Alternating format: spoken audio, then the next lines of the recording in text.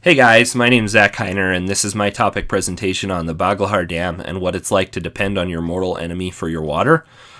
Obviously, from the topic title, you can tell that there's controversy behind the Baglihar Dam, because if you had to depend on your mortal enemy for water, you probably would be a little upset too. In order to understand the controversy between the two nations, you need to understand the water situation. On the right, you can see the Indus River and its tributaries and how they flow from India to Pakistan.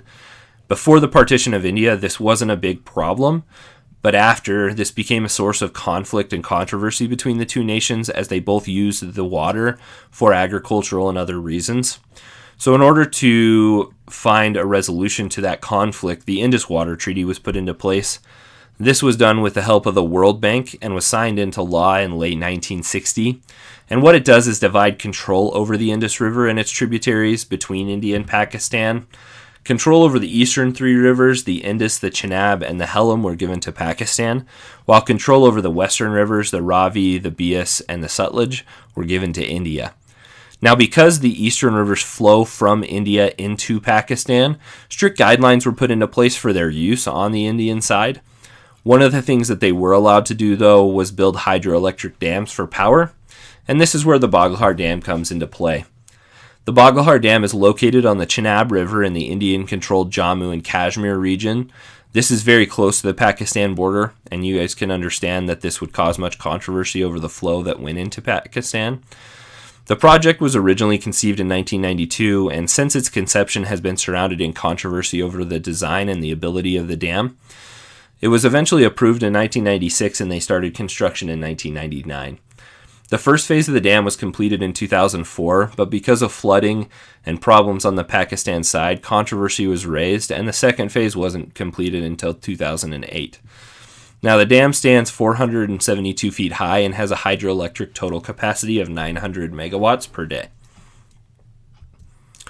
Like I said before, the dam itself was surrounded in controversy since its conception. Pakistan's concerns focus mostly on the design of the dam. They feel it gives too much control over the water to India. Now, the specific design elements that they had problems with were the gated spillways, which allowed India to control the flow of water, the total height of the dam, and the total pondage, meaning the total water behind the dam itself.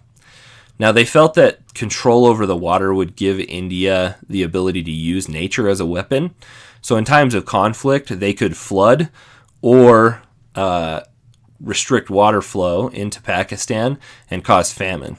This would weaken Pakistan's ability to produce wheat, one of their main sources of export, and it also would be an abuse of the Indus Water Treaty. Because of these problems, the World Bank was contacted to resolve some of the issues between Pakistan and India. In 2004, there was a flooding incident where a large amount of water was released from the first phase of the dam, and it flooded most of the region of Pakistan on the other side. And so in 2005, the World Bank was contacted as a third-party arbitrator between Pakistan and India over the design of the dam. Per the water treaty, the World Bank hired an independent Swiss civil engineer whose name was Raymond Lafitte to review the problems. He went over the problems and concluded that the dam itself was in direct violation of the treaty, and so some changes needed to be made. The total pondage needed to be reduced 13.5%, and the height of the dam needed to be lowered by 1.5 meters, and the total intake tunnels needed to be raised by 3 meters. This would restrict some of the ability that India had to control the water flow into Pakistan. However, both countries agreed on the final verdict, but Pakistan felt that Lafitte sided mostly with India. There were many concerns that weren't met and were just dismissed and were given to the Indian side. This has provided much controversy over this dam and several other dams that have been built since, and has become a giant source of pain between the two countries.